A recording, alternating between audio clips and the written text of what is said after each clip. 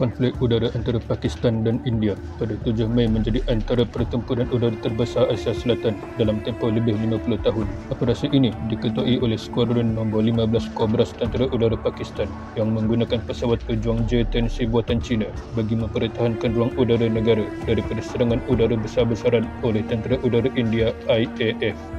Serangan hendap.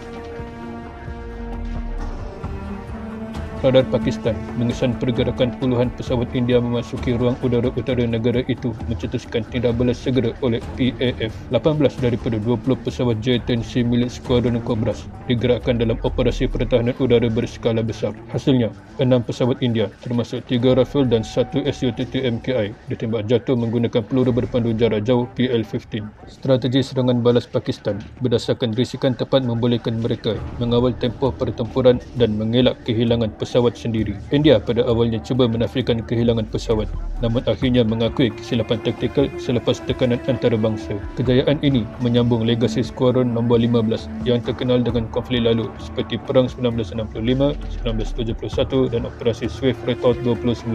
Transformasi skuadron kepada platform J-10C yang dilengkapi radar AESA dan peluru berpandu BVR telah meningkatkan tahap penguasaan udara Pakistan secara signifikan. Kesimpulan,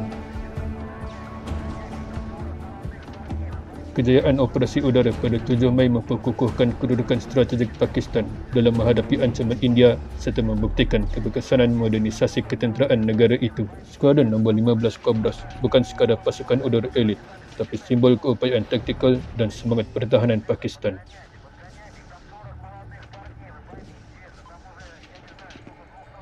Sekian, terima kasih.